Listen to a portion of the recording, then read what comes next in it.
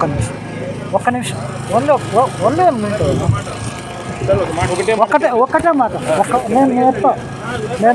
ఈ సభకు నమస్కారములు. నా పేరు వై చెన్నకేశ్వరరెడ్డి. నేను గత 10 సంవత్సరాల నుంచి ఎయిర్పోర్ట్ వచ్చినప్పటి నుంచి కూడా ఇండస్ట్రియల్ పార్కు కానీ ఇంకా మిగతాది కానీ అన్నీ కూడా మేము ఓర్వాలకల్లు మండలంలో అన్ని రకాలు కూడా మేము అధ్యయనం చేయడం జరిగింది. ప్రజలు ఏదైతే చెప్తున్నారో మేము ఈ సైడ్ నుంచి ఊరు నుంచి నడుచుకుంటూ వచ్చాం. ప్రజల సమస్యల గురించి తెలుసుకోవడానికి వచ్చాం. ఎన్జిఓస్ అంటే coordination between industry and public కోసమే మేము వస్తాం. నా పేరు మాది కడప, కానీ నేను హైదరాబాద్లో నివాసం ఉంటాను. పర్యావరణం మీద మేము నడుచుకుంటూ వచ్చినాము కాబట్టి ప్రజలకు ఏ ఇబ్బంది వచ్చినా మేము ముందుండి పనిచేస్తామని చెప్పి నేను ప్రజలకు విజ్ఞప్తి చేస్తున్నాం. ముఖ్యంగా ఈ యొక్క చెట్లు కానీ రోడ్లు కానీ ఈ యొక్క ప్రభుత్వం డిఎంఎఫ్ ఫండ్ ద్వారా అభివృద్ధి చేయాలి.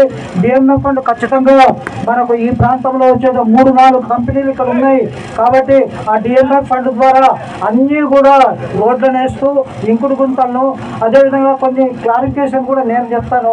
ట్రాన్స్ఫర్ ఎందుకైతుంది, అంతర్జాతీయ మార్కెట్ బట్టే ఈ మార్కెట్లో రేటు ఉంటుంది, ఉండకపోవచ్చు, రకరకాలైనటువంటి ప్రాబ్లమ్స్ ఉంటాయి ఇండస్ట్రీ వాళ్ళకు. మనకు ఏ విధంగా రైతులకు వ్యవసాయం మీద ఆధారపడి మనం పనిచేసుకున్నప్పుడు వర్షం పడకపోతే ఏ విధంగా ఉంటుందో వాళ్ళకు కూడా అదే విధంగా ఉంటుంది. కాబట్టి ఈ యొక్క ట్రాన్స్ఫర్ చేసుకుంటున్నారు. బాగా డబ్బులు ఉన్న వాళ్ళు ఇండస్ట్రీ వాళ్ళు తప్ప మిగతా వాళ్ళు ఎవరు ఈ పని చేయలేరు.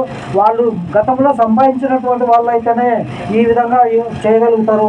కాబట్టి ఇది పెద్ద పెద్ద కార్పొరేట్ శక్తులు మాత్రమే ఇవి చేయగలుగుతారు. సామాన్యుడు కావాలని మనం అడుగుతున్నాం కానీ సామాన్యులు మనం చేయలేము.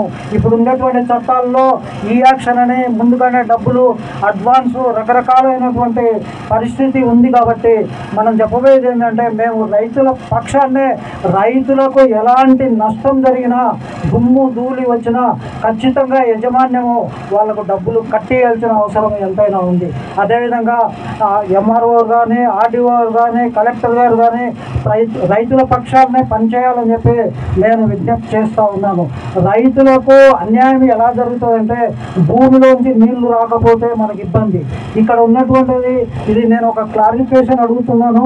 మీరు ట్రాన్స్ఫర్కు చేస్తున్నప్పుడు ఏ విధమైన కండిషన్ తోటి గతంలో ఉన్నటువంటి చెట్లు నాటమని కానీ ఇంకుడు గుంతలు కానీ ఉపాధి అవకాశాలు కానీ అవన్నీ మీరు అమలు చేస్తారా, అమలు చేయరా, లేకపోతే కొత్త ప్రతిపాదనలు ఏమైనా మీరు చేస్తారా? ఎందుకంటే ఇప్పుడు మీరు కొత్తగా ఇందులోకి ఇన్వాల్వ్ అయ్యారు కాబట్టి కొత్తగా మీరు ఏదైనా హామీలు ఇస్తారా, లేదు గతంలో ఇచ్చిన హామీలన్నీ నెరవేరుస్తారా, క్లారిటీగా చెప్పాలని చెప్పి నేను కోరుకుంటూ ఉన్నాను యజమాన్యం గారు. మనము ఎందుకంటే వాళ్ళు క్యాపిటల్ పెట్టి లోన్ తీసుకొని రకరకాలుగా ఉంటుంది. మనము రైతులకు ఏ విధంగా ఉందో ఇది ప్రజాపాలన ప్రభుత్వం కాబట్టి ఖచ్చితంగా రైతులకు అన్యాయం జరగదు అనేటువంటి అంశమే నేను చెప్తున్నాను. రైతులకు ఏ అన్యాయం జరిగినా మేము మళ్ళీ రాసుకుంటాం, మళ్ళీ కలెక్టర్ గారు కూడా మేము చెప్తాం. నేను దాదాపుగా ఎయిర్పోర్ట్ ఎవరినాలా ఇక్కడ వచ్చినటువంటి మేధావులని చెప్తున్నాడు అన్న. ఆ రోజు నేను ఒక్కనే వచ్చాను. శంకర్రావు అనే వారు ఏఈ ఉన్నాడు, ఈరోజు ఈ అయినాడు.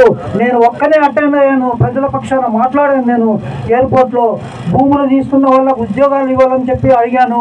నేను రాయలసీమలో సిమెంట్ ఇండస్ట్రీస్ మీద ప్రతి ఇండస్ట్రీస్ మీదలో కూడా భూములు పోయిన వాళ్ళకి జాబ్ ఇవ్వాలని చెప్పాము. ఇండస్ట్రియల్ పార్కులో కూడా భూములు ఇచ్చినటువంటి వాళ్ళు జేఎస్డబ్ల్యూ కానీ ఇంకోటి కానీ సిమెంట్ పరిశ్రమలు కూడా భూములు ఇచ్చినటువంటి ప్రతి ఒక్కరికి కూడా రైతులకు జాబులు ఇవ్వాలని. ఓర్వకల్లు అనేటువంటిది బాగా అభివృద్ధి చెందుతుంది. ఎయిర్పోర్ట్ వచ్చినప్పుడు అందరూ కూడా విమర్శించారు ఇక్కడ ఎయిర్పోర్ట్లు జరుగుతుందని.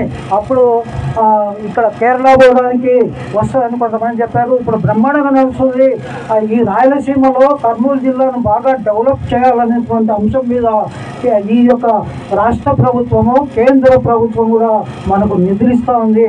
అదేవిధంగా మన minister of environmental climate change వాళ్ళ యొక్క రూల్స్ అండ్ రెగ్యులేషన్స్ను, అదేవిధంగా ఆంధ్రప్రదేశ్ పొల్యూషన్ కంట్రోల్ బోర్డు వారి యొక్క రూల్స్ అండ్ రెగ్యులేషన్స్ను, అదేవిధంగా సిఎస్ఆర్ ఫండ్ ఏదైతే మీ దగ్గర ఉంటుందో బీద ప్రజలకు SC/ST వాళ్ళకు ఖర్చు పెట్టాలని చెప్పి నేను కోరుకుంటూ ఇంతటితో విరమిస్తున్నాను. నమస్తే, థ్యాంక్ యూ వెరీ మచ్.